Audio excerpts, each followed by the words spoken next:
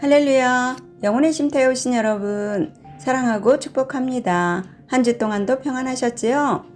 시편 59편은 사울이 사람을 보내어 다윗을 죽이려고 그 집을 지킨 때라는 표제어가 붙어 있듯이 사무엘상 19장을 배경으로 하고 있어요. 사무엘상 19장을 요약하면 악령이 사울에게 접하였으므로 다윗이 수금을 연주할 때에 사울이 단창을 던져 다윗을 죽이려 했어요. 그러나 빗나가고 다윗은 도망갔습니다. 이때 다윗은 사울의 딸 미갈과 결혼한 사이였습니다. 이처럼 악령에 묶이게 되면 사람이 제정신이 아니지요.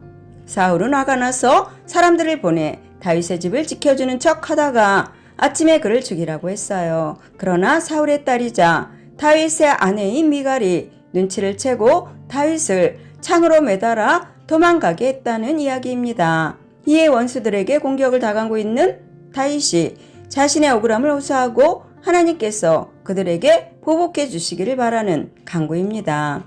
이 시에서 주는 교훈을 살피면 첫 번째는 하나님은 우리의 재판장이 되십니다. 다윗은 자기를 공격하는 악인들의 행동과 모습을 고발하면서 자신은 그들에게 공격당할 만한 어떤 잘못도 없음을 고백합니다.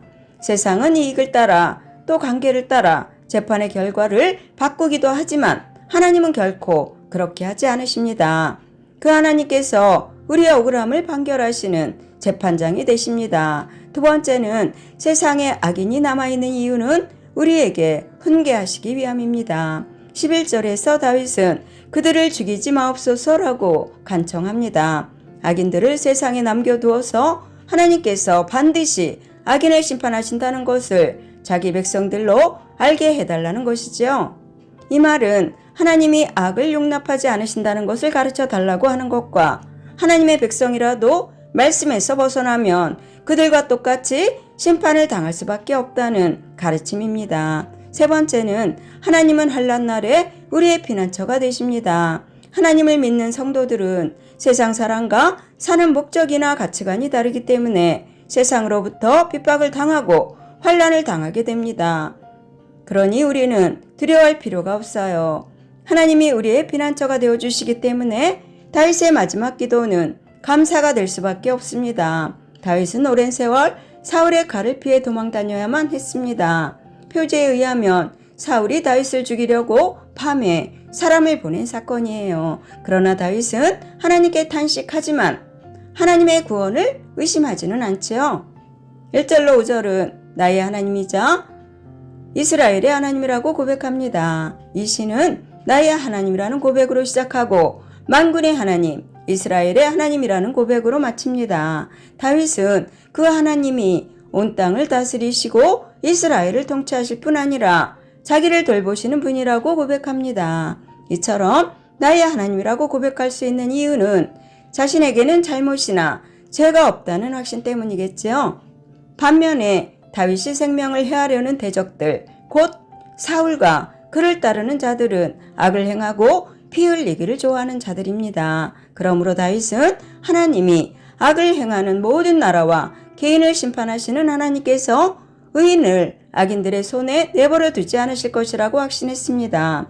따라서 우리가 하나님의 법과 말씀에 순종하고 세상에서 죄를 멀리한다면 하나님이 지켜주실 것을 확신해야 할 것입니다.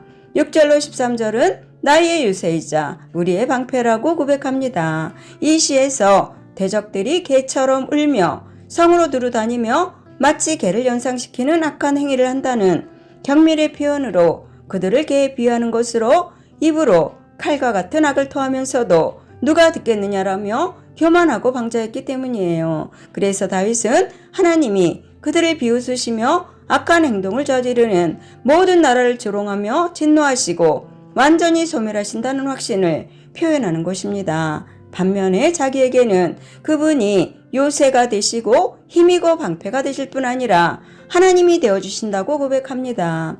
우리 자신을 바라본다면 너무 작고 초라하지만 그리스도인은 홀로 서 있는 것이 아니라 하나님 나라의 일원으로서 살아갑니다.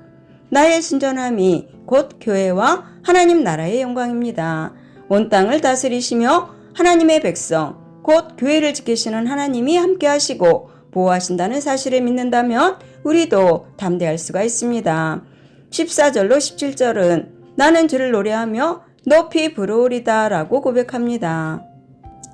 다윗은 하나님께 대한 자신의 충성을 맹세하고 찬송함으로 이 시를 마칩니다. 다윗은 비록 억울한 일을 당하며 위험에 빠져 있지만 하나님을 의뢰할 때 오히려 자기 대적들보다 안전한 삶을 누릴 수 있다고 노래합니다. 이것이 바로 하나님의 백성이 가져야 할 마음의 평안이겠죠.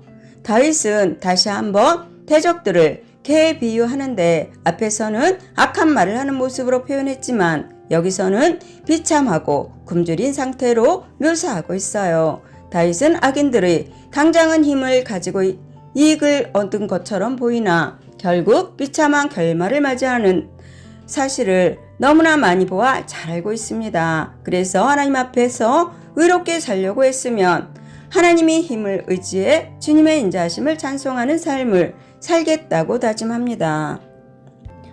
다윗은 자신이 지금은 비록 억울한 일을 당하며 위기에 빠져 있지만 요새가 되시며 피난처가 되시며 자기를 긍휼히 여기시는 하나님을 의지한다면 오히려 대적들보다 훨씬 더 안전한 삶을 누릴 수 있다는 확신을 고백하는 것입니다. 실제로 세상에는 정말로 개 같은 인생을 사는 사람들이 존재합니다. 그러나 하나님 앞에서 의롭게 된 우리는 전혀 두려워할 필요가 없다는 것입니다. 하나님이 우리를 지키시고 그들을 이기게 하실 것이기 때문이죠. 결론입니다. 우리는 하나님이 이 세상에 보낸 하나님의 사람들입니다. 따라서 그 어떤 권세자라 해도 우리보다 강한 권세를 가질 수가 없어요. 더구나 세상이 우리를 넘어뜨리려 하더라도 하나님께서 요새와 방패가 되어주실 것입니다. 하나님의 자녀가 해를 당하는 것은 곧 하나님이 해를 당하시는 것이기에 그냥 놔두지 않으십니다. 영혼의 쉼터를 사랑하시는 여러분, 고난은 내가 성장하고 성숙해질 수 있는 기회입니다. 다윗처럼 악인들을 벌하기는 하시지만 죽이지는 마옵소서라고 지혜롭게 기도하는 여러분들이 되셨으면 좋겠습니다. 우리도 하나님의 뜻을 헤아리며 기도함으로 하나님을 신뢰하고 의지하며 하나님의 영광을 드러내는 거룩한 백성으로 살아가시는 여러분 모두가 되시기를 예수님의 이름으로 축원합니다. 아멘. 감사합니다.